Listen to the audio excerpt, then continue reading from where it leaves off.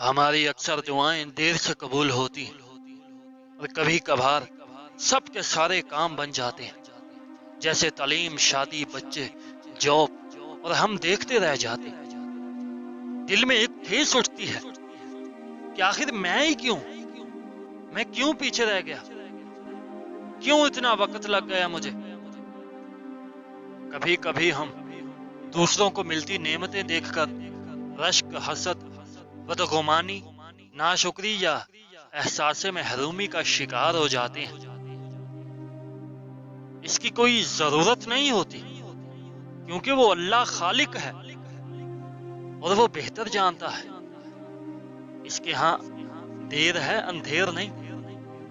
اگر تمہاری دعائیں ابھی تک قبول نہیں ہوئی تو مایوس مت ہو۔ اس بات کو سمجھ جاؤ کہ تمہارا صبر پر جو رحمتیں تمہیں ملنے والی ہیں وہ ایسی شاندار ہی ہوں کہ جب زمین پر اتریں گی تو پورا جہان ہلا دیں گے اور سب حیران ہوں گے اور تکتے رہ جائیں گے۔ ان دعاؤں کو وقت اس لیے لگ رہا ہے کہ انہوں نے بہت عالیشان طریقے سے پورا ہونا ہے۔ بہتر ہے آپ ہمت، کوشش اور صبر کے ساتھ آگے بڑھتے رہیے اور دعائیں مانگتے رہیے۔ صبر ضروری ہے۔